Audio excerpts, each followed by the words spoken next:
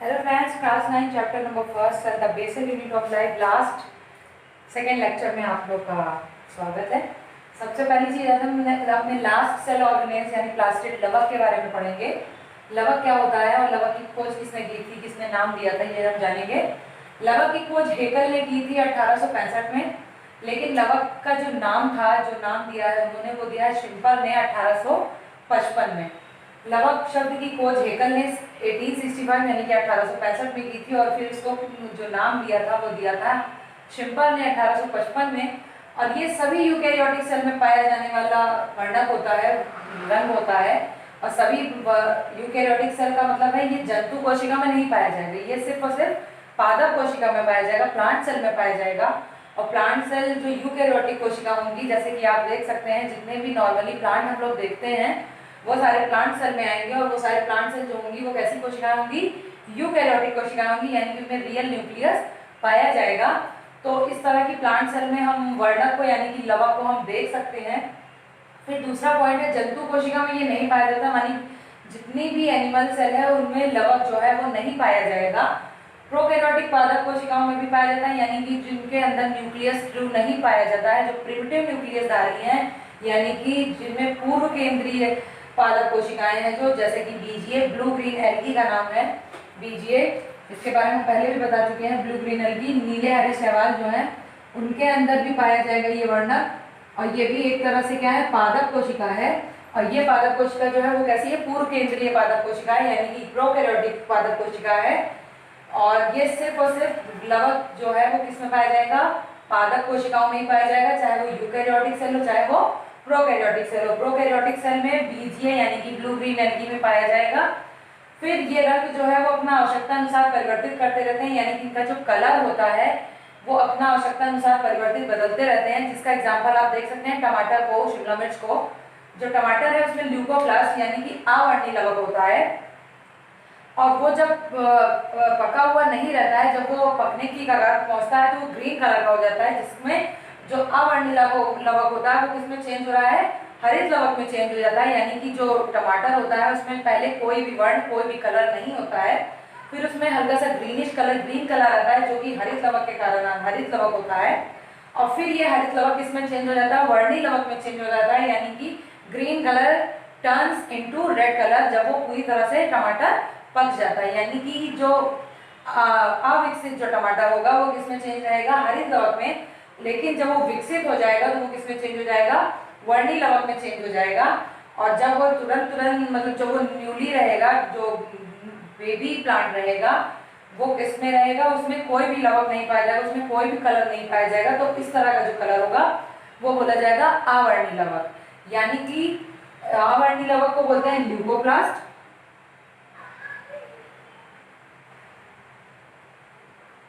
वर्णीय लवक को, हरित लवक को बोलते हैं क्लोरोप्लास्ट,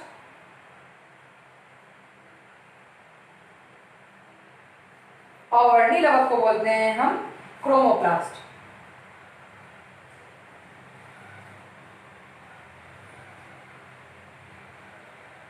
तो जो टमाटर का हरा रंग है वो लाल रंग में कैसे परिवर्तित हो जाता है, अक्सर ये सवाल आता है। तो ये सवाल का आंसर आपको यही देना है कि जो टमाटर में ल्यूकोप्लास्ट होता है वो किसमें चेंज हो जाता है, क्लोरोप्लास्ट यानी कि हरित लवक में चेंज हो जाता है। और हरित लवक में जब वो चेंज हो जाता है तो टमाटर का कलर क्या हो जाएगा, हरा हो जाएगा। और हरा जो रंग होगा वो किसमें चेंज हो जाता है, वो क्लोरोप्लास्ट जो होता है वो चेंज हो जाता है क्रोमोप्लास्ट यानी कि वर्णीय लवक में, जिसके कारण हमारा जो टमाटर का कलर है वो रेड हो जाता है। अब यही तीन प्रकार होते हैं लवक के, लवक तीन प्रकार के होते हैं।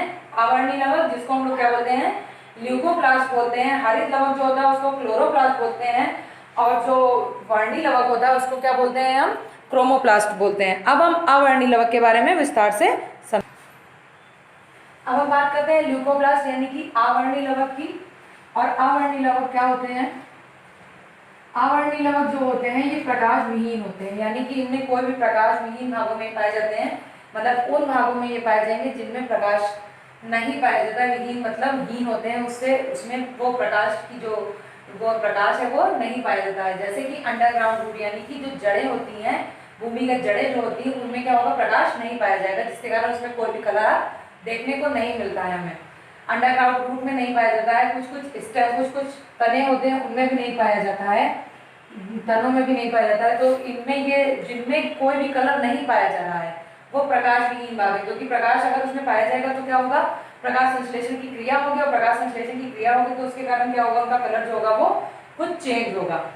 तो प्रकाश विहीन भागों में ये पाए जाते हैं जो होते हैं अवर्णीय लवक, और ये कैसे होते हैं, ये रंगहीन होते हैं, इनमें कोई रंग नहीं पाया जाता, और इनका काम क्या होता है, भोजन को संग्रहित करना, यानी फूड स्टोरेज की का जो काम होता है वो किसका होता है, अवर्णीय लवक का होता है। और वो फूड स्टोर कैसे करते हैं, जो प्रकाश संश्लेषण में जो भोजन बना होता है उसको किस किस रूप में संचित करते हैं, उसको करते हैं स्टार्च के रूप में संचित करते हैं, वसा के रूप में संचित करते हैं, और प्रोटीन के रूप में संचित करते हैं। तो प्रकाश संश्लेषण में जो भी भोजन, जो भी फूड बन रहा है उसमें वसा है, स्टार्च है और प्रोटीन है, इन सब के रूप में जो संग्रहण का जो कार्य है वो किसका है, ल्यूकोप्लास्ट यानी कि अवर्णीय लवक का है। अब कुछ जो अवर्णीय लवक होते हैं वो सिर्फ स्टार्च को स्टोर करते हैं, कुछ होते हैं जो सिर्फ वसा को स्टोर करते हैं, और कुछ होते हैं जो सिर्फ प्रोटीन को स्टोर करते हैं। तो जो स्टार्च को, मंड को स्टोर करते हैं उन्हें बोला जाता है एमाइलोब्लास्ट। और ये कौन से वर्णक होते हैं, ये वर्णक होते हैं, ये सिर्फ मंड के रूप में भोजन को संचित करते हैं, जैसे कि यहाँ लिखा है एमाइलोब्लास्ट मंड के रूप में भोजन को संचित करता है। फिर होता है वसा के रूप में, किसको कौन कौन संचित करता है, तो वसा के रूप में जो संचित करता है उसका नाम होता है इलायोप्लास्ट। इलायोप्लास्ट जो होगा वो हमारा भोजन किस रूप में संचित करेगा, वसा के रूप में, यानी कि फैट के रूप में संचित करेगा। फिर आता है हमारा लास्ट प्रोटीनोप्लास्ट। प्रोटीनोप्लास्ट जो होगा वो हमारा जो भोजन संचित करेगा वो किस रूप में करेगा, प्रोटीन्स के रूप में संचित करेगा। तो एमाइलोब्लास्ट जो मंड के रूप में हमारा भोजन संचित कर रहा है उसमें आते हैं मक्का, आलू, गेहूं। इन सबका साइंटिफिक नेम भी आप लोग जान लीजिए। मक्का का जो है साइंटिफिक नेम है उसका नाम होता है जिया मेज, इस तरह सेंटर लाइन होगी। आलू जो होता है उसका साइंटिफिक नेम होता है सोलेनम ट्यूबरोसम।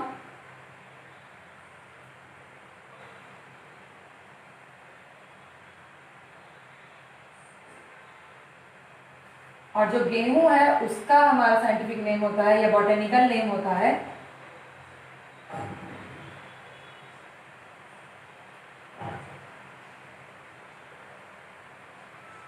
ट्राइटिकम एस्टिवेकम। ये सारे बॉटेनिकल नेम हैं इन तीनों प्लांट के जो हमने मंड के रूप में संचित किया है। मक्का का जो है बॉटेनिकल नेम है वो है जिया मेज, अलग अलग अंडरलाइन होगी। आलू का है सोलेनम ट्यूबरोसम और गेहूं का है ट्राइटिकम एस्टिवेकम। ये नाम अभी आपको जैव विविधता वाले लेसन में पढ़ने हैं, इसलिए मैंने आपको बता दिया है। फिर जो हमारा इलायोप्लास्ट होता है, इलायोप्लास्ट जो होता है वो किस रूप में भोजन को संचित करेगा, वसा के रूप में, यानी कि फैट के रूप में संचित करेगा। और इसमें जो होते हैं वो हमारे कौन कौन से आते हैं, नारियल, अरंड और सरसों। तो नारियल जो है उसका नाम होता है कोकस न्यूसिफेरा, कोकस न्यूसिफेरा। फिर है अरंड, इसको कहते हैं रिसिनस।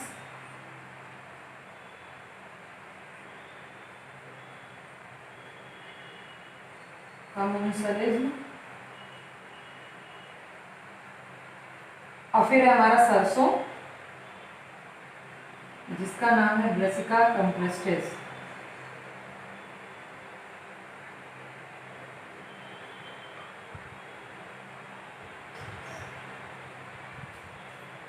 ये जो तीनों है हमारे प्लांट, वो तीनों किस रूप में भोजन को संचित करेंगे, वसा के रूप में संचित करेंगे। आप देख सकते हैं जो सरसों होती है उसमें उसका तेल बनता है, अरंड जो है उसका भी तेल बनता है, और नारियल जो है उसका भी तेल बनता है। ये तीनों वसीय पदार्थ है, फैट देते हैं, तो इसलिए आप इनको ऐसे याद रख सकते हैं कि ये वसा के रूप में भोजन को संचित करेंगे। मक्का जो है, मक्का के अंदर भी अगर आप देखेंगे तो मक्के के अंदर भी मंड, स्टार्च व्हाइट व्हाइट कलर का निकलता है। आलू के अंदर तो स्टार्च होता है, जब आप उसको काटते हैं तो व्हाइट कलर का उसमें स्टार्च टाइप का लिक्विड सब्सटेंस निकलता है। और गेहूं को भी देखेंगे तो गेहूं को भी जब आप ऐसे नॉर्मली अगर आप दांतों से खाएं तो वो व्हाइट व्हाइट कलर का, ग्रीनिश व्हाइट व्हाइट कलर का उसमें थोड़ा सा एक्सपोज निकलता है, वो भी होता है क्या, एमाइल होता है हमारा, मंड होता है, स्टार्च होता है। तो ये तीनों चीजें जो है वो मंड के रूप में पाई जाए, मंड के रूप में भोजन को संग्रहित करेंगी। मक्का, आलू और गेहूं। नारियल, अरंड और सरसों जो होगा वो हमारा इलायोप्लास्ट यानी कि वसा के रूप में भोजन को संचित करेगा। फिर आता है प्रोटीनोप्लास्ट जो हमारे भोजन को किस रूप में संचित करेगा, प्रोटीन के रूप में संचित करेगा। और इसका एग्जाम्पल सभी दालें हैं, अरहर, मसूर, चना, जितनी भी दालें हैं उन सभी दालों में प्रोटीन पाया जाता है और प्रोटीन के रूप में वो भोजन को संचित करती हैं। और इस तरह का जो भोजन का संचय होगा प्रोटीन के रूप में, तो उसको बोला जाएगा प्रोटीनोप्लास्ट, जो कि सभी दालों में देखा जाएगा। मंड के रूप में संचित करेगा मक्का, आलू, गेहूं। मक्का का बॉटनिकल नेम है जियामेज, आलू का है सोलेनम ट्यूबरोसम और गेहूं का है ट्राइटिकम एस्टिवेकम। नारियल, अरंड और सरसों जो है वो वसा के रूप में भोजन को संचित करेगी। और नारियल का जो है बॉटनिकल नेम है वो है कोकस ल्यूसीफेरा। अरंड का जो है उसका नाम है रिसिनस कार्बोन्सिलिस और सरसों का जो नाम है वो है ब्रेसिका कंप्रेस्टिस। तो ये हुई बात हमारे अवर्णीय लवक यानी कि ल्यूकोप्लास्ट की, जो कि क्या होगा, प्रकाश विहीन भागों में पाया जाएगा, मतलब उन भागों में पाया जाएगा जिनमें प्रकाश नहीं पाया जा रहा है, यानी कि अंडरग्राउंड रूट यानी कि भूमिगत जड़ें या स्टेम, जड़ें या तनों में पाया जाएगा। और ये कैसे होंगे, ये रंगहीन होंगे, इनमें कोई भी रंग नहीं पाया जाएगा। अब भोजन को संग्रहित करने में इनका मुख्य कार्य होगा, इनका जो कार्य होगा वो क्या होगा, भोजन का संग्रहण करना, स्टोरेज ऑफ फूड। और ये प्रकाश संश्लेषण में जितना भी भोजन बना होगा उसको किस रूप में संचित करेंगे, स्टार्च के रूप में, वसा के रूप में और प्रोटीन के रूप में। स्टार्च के रूप में जो संचित करेगा उसको एमाइलोप्लास्ट बोलेंगे। वसा के रूप में जो संचित करेगा यानी फैट के रूप में जो संचित करेगा उसको बोलेंगे इलायोप्लास्ट। और प्रोटीन के रूप में जो संचित करेगा उसको बोलेंगे प्रोटीनोप्लास्ट, जो कि सभी दालों में पाया जाएगा। वसा जो होगी वो नारियल, अरंड, सरसों यानी कि जितने भी तेलीय पदार्थ हैं, तेलीय फसलें हैं उनमें पाई जाएंगी, तिलहनी फसलों में। और मंड के रूप में जो है मक्का, आलू, गेहूं यानी कि जिन जिन वे चावल में पाया जाएगा ये।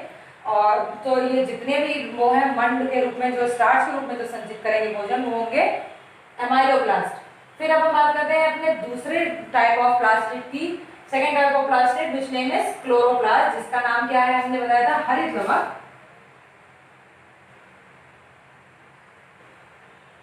अब हम हरित लवक के बारे में चर्चा करते हैं। तो हरित लवक क्या है, हरित लवक बना है, हरित मतलब हरा और लवक मतलब रंग से, तो इसमें हरा रंग पाया जाएगा। और ये जो हरा रंग पाया जाएगा वो किसके कारण होगा, पर्णहरित यानी कि क्लोरोफिल के प्रेजेंस में।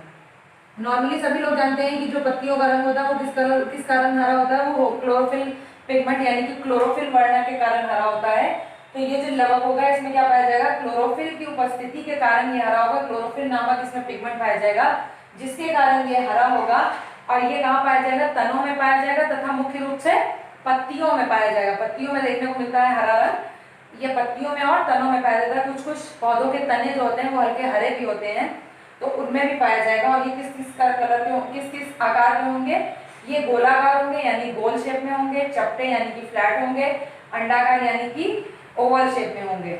और सभी पादप कोशिकाएं, जितनी भी पादप कोशिकाएं हैं इन सभी में हमारा क्लोरोप्लास्ट पाया जाएगा। यानी अभी हम सबसे पहले पढ़ चुके हैं कि सभी पादप कोशिकाएं चाहे वो यूकैरियोटिक हो या मतलब सुकेंद्रीय हो या पूर्व केंद्रीय हो, इन सभी पादप कोशिकाओं में ही सिर्फ और सिर्फ प्लास्टिड पाया जाएगा। जंतु कोशिका में प्लास्टिड नहीं पाया जाएगा। तो जो पादप कोशिकाएं होंगी उनमें इनकी संख्या यानी क्लोरोप्लास्ट की संख्या, हरित लवक की जो संख्या होगी वो कितनी हो जाएगी, 20 से 50 होगी।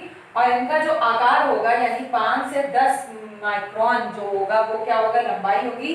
और 3 से 4 माइक्रोन जो होगी वो इनकी चौड़ाई होगी। तो ये हमारे देखिए पाया जाएगा क्लोरोप्लास्ट की ये आकार हो गया। और बात करते हैं वर्णीय लवक यानी कि क्रोमोप्लास्ट के बारे में। और क्रोमोप्लास्ट के बारे में क्या होता है कि ये जो होते हैं ये हमारे बहुत सारे रंग के होते हैं, यानी विभिन्न विभिन्न प्रकार के रंग के होते हैं। और ये किसके किसके अंदर पाए जाएंगे, ये पाए जाएंगे फ्लावर्स में और फ्रूट्स में, यानी कि पुष्पों में और फलों में पाए जाएंगे। तो पुष्पों में और फलों में जितने भी कलर होंगे वो किसके कारण होंगे, वर्णीय लवक यानी कि क्रोमोप्लास्ट के कारण कलर होगा। और जो हमारा विभिन्न विभिन्न रंग है यानी कि देखेंगे जैसे पीला रंग है, नारंगी है, लाल और बैगनी है, तो वो सबके जो कलर है उन सबके पिगमेंट भी अलग अलग है, यानी उनको जो रंग दे रहा है वो पिगमेंट भी अलग अलग है। तो जो फलों का और फूलों का जो पीला कलर होगा यानी कि पीला रंग जो होगा, येलो कलर जो होगा वो किसके कारण होगा, ज़ैंथोफिल के कारण होगा। और जो नारंगी रंग होगा यानी कि ऑरेंज कलर जो होगा वो किसके कारण होगा, कैरोटीन के कारण होगा। और जो रेड और बैगनी यानी कि रेड एंड पर्पल कलर जो होगा हमारा वो किसके कारण होगा, एंथ्रोसायनिन पिगमेंट के कारण होगा। येलो कलर जैसे कि आप येलो कैप्सिकम में देख सकते हो, यानी कि कैप्सिकम मतलब शिमला मिर्च में आप देख सकते हो पीली शिमला मिर्च जो होती है जो पहाड़ी इलाकों में ज्यादातर मिलती है, उसके अंदर ज़ैंथोफिल नामक पिगमेंट पाया जाता है जिसके कारण उसका कलर येलो होता है। कनेर के फूल में आप देख सकते हो, तो कनेर के फूल में ये है कि येलो कलर जो उसका है वो जितने भी फ्लावर है जो जिनका कलर येलो है उनके अंदर कौन सा पिगमेंट पाया जा रहा है, उनके अंदर ज़ैंथोफिल नामक पिगमेंट पाया जा रहा है। फिर ऑरेंज कलर की बात करते हैं तो ऑरेंज कलर की जैसे कि संतरे का कलर है और फलों में संतरे का कलर है, पुष्पों में भी ऑरेंज कलर के कोई फ्लावर है तो वो कलर, वो किस चीज का फूल, वो किस कलर का पिगमेंट के कारण होगा, वो होगा कैरोटीन पिगमेंट के कारण होगा। फिर रेड और बैगनी की बात करते हैं तो रेड कलर, जितने भी फ्लावर रेड कलर के हैं या फ्रूट है जैसे कि हमारा सेब है, अनार है, ये सब जो फल हैं और जितने भी रेड कलर के फ्लावर्स हैं, गुलाब है, इन सब के कारण जो इन सब का जो कलर आएगा वो किसके कारण आएगा, एंथ्रोसाइनिन पिगमेंट के कारण आएगा। बैगनी कलर का यानी कि पर्पल कलर का जैसे कि हमारा बैगन है और बैगनी कलर के और भी कई सारे फ्लावर हैं, उन सब का जो कलर आएगा वो किसके कारण आएगा, एंथ्रोसाइनिन पिगमेंट के कारण आएगा। लेकिन रेड कलर जो आएगा वो एसिडिक मीडियम यानी कि अम्लीय माध्यम में आएगा और जब क्षारीय माध्यम होगा तो उसका कलर कैसा होगा, पर्पल कलर होगा। अम्लीय माध्यम और क्षारीय माध्यम के लिए आपको केमिस्ट्री थोड़ी सी पढ़नी पड़ेगी। और अम्लीय माध्यम क्या होगा, अगर किसी भी फ्रूट का या फल का पीएच मान यानी कि पावर ऑफ हाइड्रेशन, पीएच मान 7 से कम है, 7 टू लो है, तो वो कैसा मीडियम होगा, वो होगा हमारा एसिडिक मीडियम। और पीएच मान अगर 7 से अधिक है तो वो हमारा कैसा होगा, बेसिक मीडियम होगा, क्षारीय माध्यम होगा। और एसिडिक मीडियम में हमारा जो एंथ्रोसाइनिन पिगमेंट का होगा कलर वो कैसा देगा, रेड कलर देगा। और बेसिक मीडियम में हमारा जो एंथ्रोसाइनिन का पिगमेंट होगा वो पर्पल कलर देगा। अब हम फिर से पूरा प्लास्टिक जितना आज हमने पढ़ा उसको फिर से रिकॉल कर लेते हैं। तो प्लास्टिक में आज हमने ये पढ़ा कि जो प्लास्टिक है उसकी खोज सबसे पहले हेकल ने की थी 1865 में, और फिर आए न्यू साइंटिस्ट शिम्पर, उन्होंने इस शब्द का प्रयोग किया। तो उन्होंने ये बताया कि सभी पादप कोशिकाएं, चाहे वो सुकेंद्रीय हो चाहे वो पूर्व केंद्रीय हो यानी प्रोकैरियोटिक सेल हो या यूकैरियोटिक सेल हो, उन सभी पादप कोशिकाओं में ही सिर्फ और सिर्फ प्लास्टिड यानी कि लवक पाए जाते हैं। और लवक जो होते हैं वो क्या करते हैं, जंतु कोशिका में नहीं पाए जाते हैं। और बीजीय यानी कि ब्लू ग्रीन एल्गी जो है हमारी प्रोकैरियोटिक पादप कोशिका है यानी कि पूर्व केंद्रीय प्लांट सेल है, तो पूर्व केंद्रीय प्लांट सेल बीजीय यानी कि ब्लू ग्रीन एल्गी में भी प्लास्टिड पाया जाता है, जिसके कारण उसका कलर कैसा है, ब्लू है और ग्रीन है। ये एक तरह से एल्गी होती है, एक तरह का शैवाल होता है जो पानी में पाया जाता है।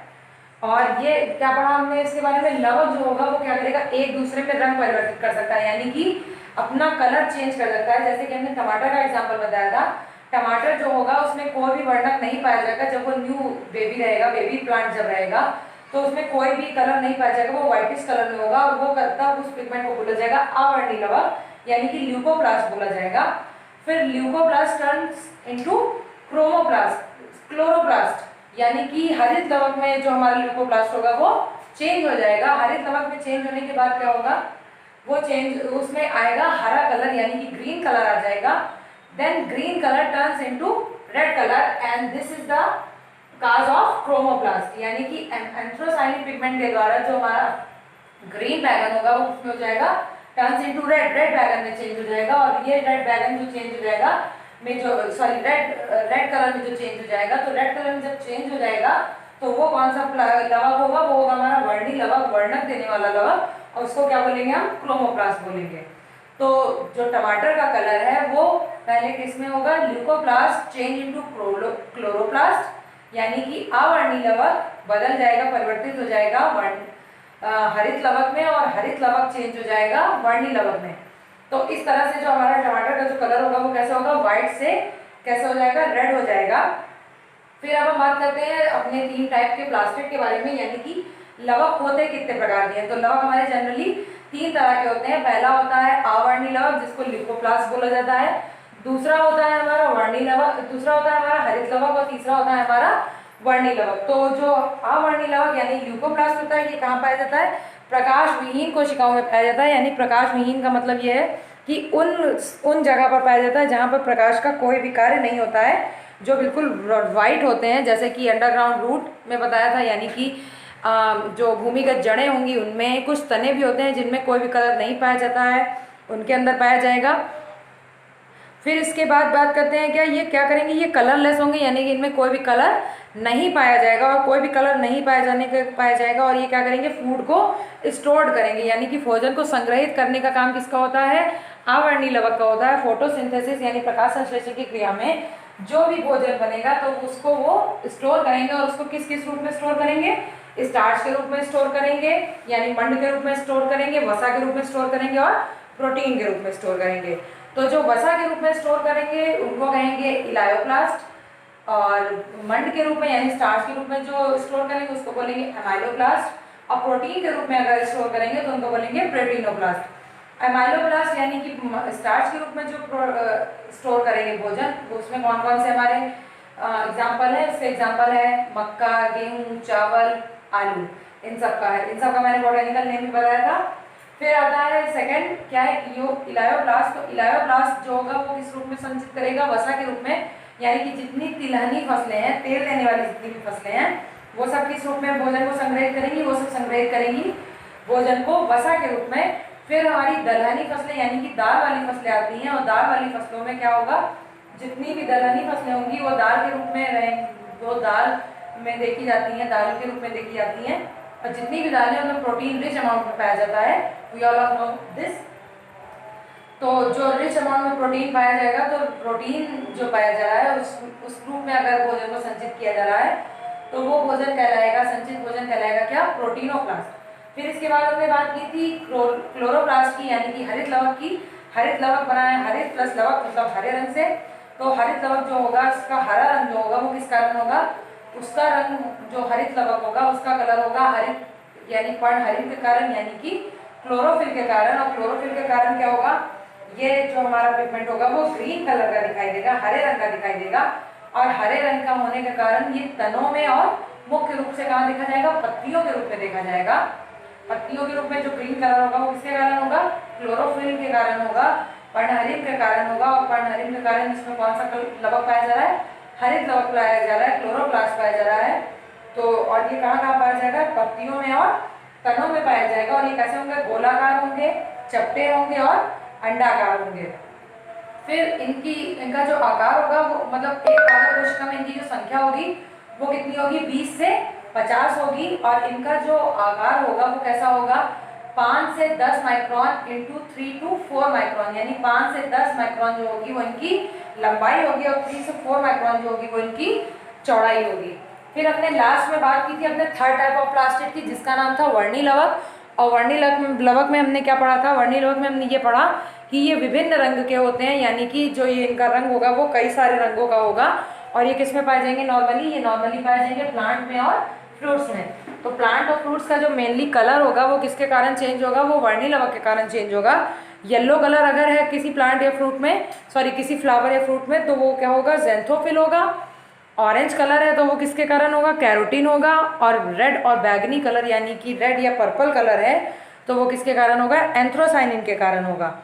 तो एंथ्रोसाइनिन के कारण रेड कलर भी होता है और पर्पल कलर भी होता है। तो रेड कलर जो होता है वो एसिडिक मीडियम में होता है, यानी कि जो पीएच वैल्यू होती है वो 7 से लो होगी तो एसिडिक मीडियम हो जाएगा। और पीएच वैल्यू अगर 7 to अबव होगी तो वो कैसा हो जाएगा? बेसिक मीडियम हो जाएगा। तो और जब बेसिक मीडियम होगा तो उसका जो कलर होगा एंथ्रोसाइनिन का वो किस तरह से हो जाएगा? वो हो जाएगा हमारा पर्पल कलर।